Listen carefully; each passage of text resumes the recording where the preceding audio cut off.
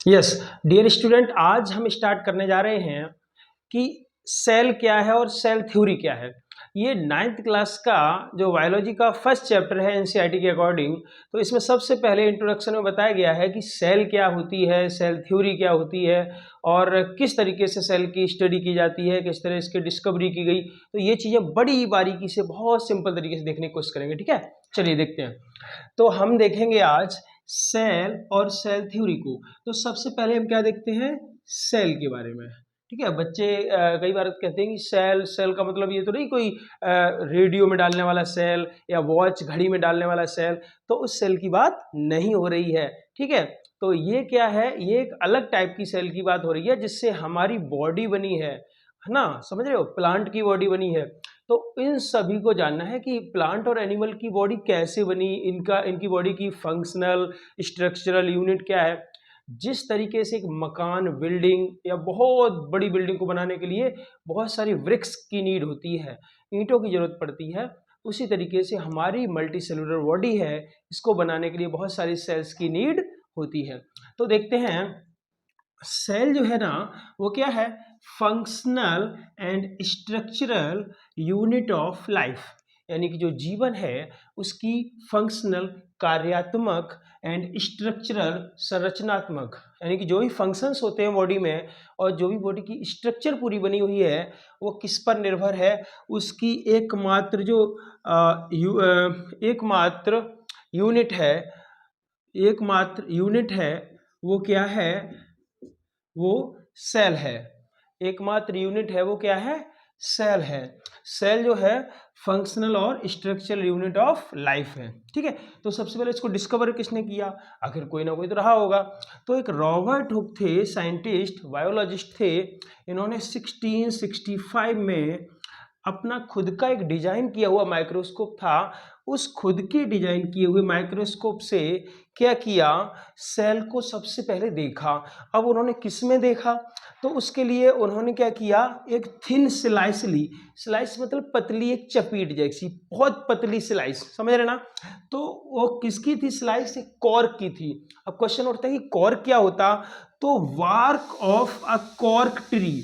एक cork tree होता है, उसकी बार्क, बार्क मतलब छाल, उस छाल को लिया और उस छाल को बहुत पतला उन्होंने काटा, उसकी स्लाइस काटी। ठीक है, तो उस स्लाइस को उन्होंने किसके नीचे रखा, माइक्रोस्कोप के नीचे रखा, खुद के डिजाइन किए हुए माइक्रोस्कोप से।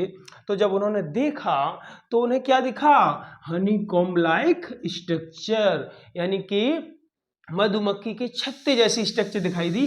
डे स्टूडेंट, आप देख पा रहे होंगे कि मधुमक्खी की छत्ते जैसी स्ट्रक्चर, हेक्सागोनल लाइक बहुत सारी स्ट्रक्चर्स आपको देखने को मिल रही हैं। तो ये जो एक स्ट्रक्चर है छोटी सी, इसी को क्या बोला गया, सेल बोला गया। हाँ, बात आती है क्या, रॉबर्ट हुक ने डेड सेल को डिस्कवर किया था कि लिविंग सेल को किया था। तो हमें ध्यान रखना है कि रॉबर्ट हुक ने जो सेल्स देखी थी वो कैसी थी, डेड सेल थी, वो मरी हुई सेल्स थी, डेड सेल्स थी। ठीक है, तो ये हम जान गए हैं। अब बात आती है कि स्टडी ऑफ सेल, यानी कि सेल की बहुत ज़्यादा डीप स्टडी की गई वैज्ञानिकों के द्वारा, साइंटिस्ट के द्वारा। उसको क्या बोलते हैं, सेल बायोलॉजी। सेल बायोलॉजी के माध्यम से सेल की बहुत डीप स्टडी की गई, एक ब्रांच ऑफ बायोलॉजी है जिसको हम सेल बायोलॉजी के नाम से जानते हैं। कुछ बुक्स में आपको साइटोलॉजी वर्ड भी लिखा मिल जाएगा, स्टडी ऑफ सेल, साइटोलॉजी भी लिखा हुआ मिल जाता है। लेकिन मॉडर्न टर्म जो सेल की स्टडी के लिए यूज किया जाता है वो है आपका सेल बायोलॉजी। ठीक है, word cell derived from Latin word. अब ये जो सेल वर्ड आया है कहाँ से आया है, एक लैटिन वर्ड होता है सेल्यूला।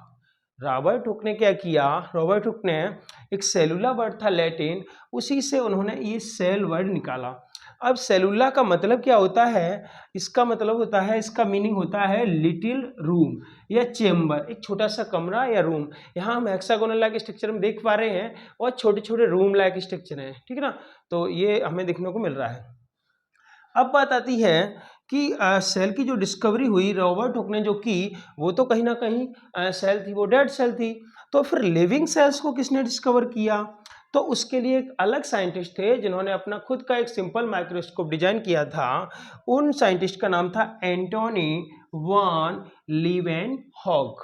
एंटोनी वान लीवेनहॉक, इन्होंने क्या किया था, खुद का डिजाइन किया हुआ एक सिंपल माइक्रोस्कोप उन्होंने बनाया था, सिंपल लाइट माइक्रोस्कोप, और उससे उन्होंने तालाब के पानी में, है ना, पॉन्ड का जो वाटर था उसमें उन्होंने सबसे पहले बहुत छोटे छोटे सेल्स को देखा, जो भी लिविंग सेल्स थे, कहीं ना कहीं बैक्टीरिया, सॉरी कहीं ना कहीं आपके अमीबा, पैरामीशियम, इस टाइप की सेल्स रही होंगी, ठीक है। तो सबसे पहले लिविंग सेल्स को अगर देखने का काम जो किया था वो एंटोनी वान लीवेनहॉक ने किया था, और डेड सेल किसने डिस्कवर की थी, रॉबर्ट हुक ने, ठीक है ना।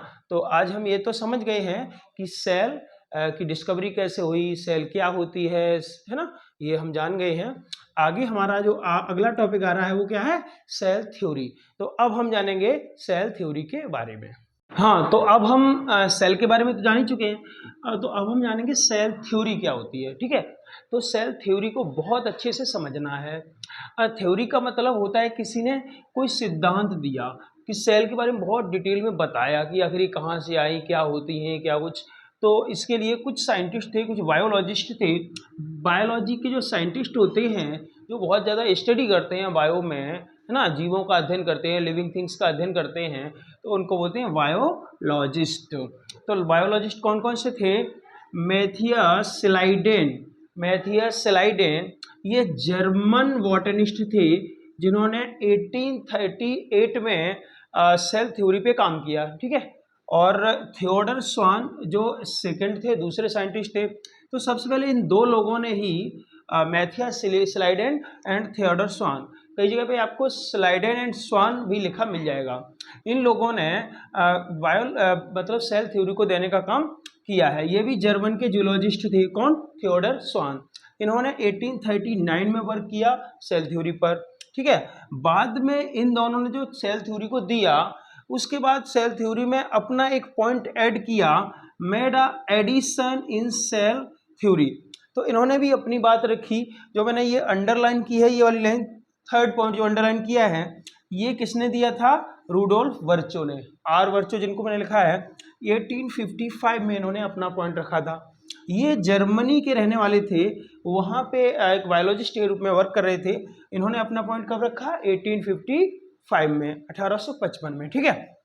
तो अब बात आती है कि सेल थ्योरी क्या थी, उसके क्या कुछ पोस्टुलेट हैं, क्या कुछ खास पॉइंट हैं, क्या कुछ इंपॉर्टेंट जानकारियां हैं थ्योरी के बारे में, तो वो देखते हैं। रियल में सेल थ्योरी इन 4 पॉइंट्स में समाप्त हो जाती है, इसको समझना है बड़ी बारीकी से, ठीक है।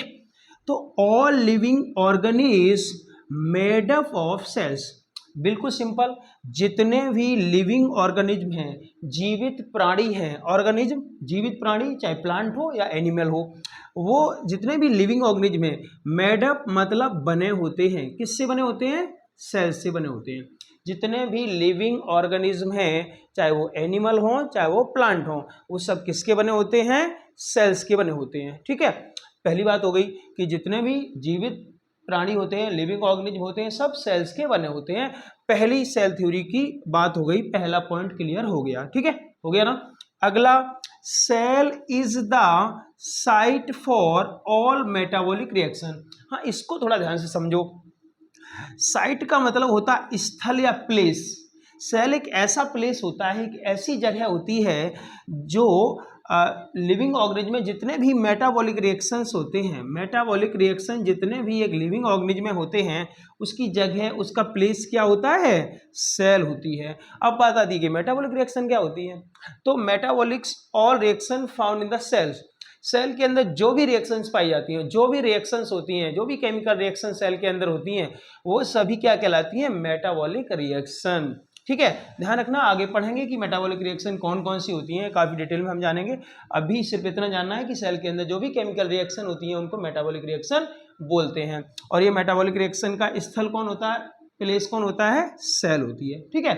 दूसरा पॉइंट हो गया, पहला पॉइंट क्लियर हो गया कि सारे ही लिविंग बीइंग्स सेल के बने होते हैं। दूसरा पॉइंट क्लियर हुआ कि जितने मेटाबॉलिक रिएक्शन सेल में होती हैं, जितनी भी मेटाबॉलिक रिएक्शन होती हैं, उसका जो साइट होती है, उसका स्थल होता है, उसका प्लेस जो होती हैं, वो सेल होती हैं। सेल के अंदर ही मेटाबॉलिक रिएक्शंस होते हैं, ठीक है। All cells arise from pre existing cell, ये बात किसने बताई, रूडोल्फ वर्चो ने, ठीक है, ये बात रूडोल्फ वर्चो ने बताई थी और इसीलिए इनका नाम भी सेल थ्योरी में कहीं ना कहीं ऐड कर दिया गया। ऑल सेल्स यानी सारी सेल्स, अराइज मतलब आती हैं, कहाँ से आती हैं? प्री एग्जिस्टिंग सेल्स, अर्थात पहले से एग्जिस्ट करने वाली सेल्स से ही न्यू सेल्स का फॉर्मेशन होता है, नई सेल्स बनती हैं। अब बात आती है कि कैसे, तो कहीं ना कहीं हम और आप जो भी हैं वो सभी की जो स्टार्टिंग हुई है, हमारी जो लाइफ स्टार्ट हुई है, शुरू हुई है, चाहे वो प्लांट की हो या एनिमल की हो, कहाँ से शुरू होती है? सिंगल सेल से शुरू होती है। जैसे हम और आप हैं तो हमारी माँ का ओवम, फादर का स्पर्म, है ना, इन दोनों के मिलने से क्या बना? जाइगोट। क्या बना? जाइगोट। जाइगोट क्या होता है? एक सिंगल सेल है ये। क्या है ये? एक सिंगल सेल है और इस जाइगोट में बहुत सारे डिवीजन हुए जिससे एम्ब्रियो बना।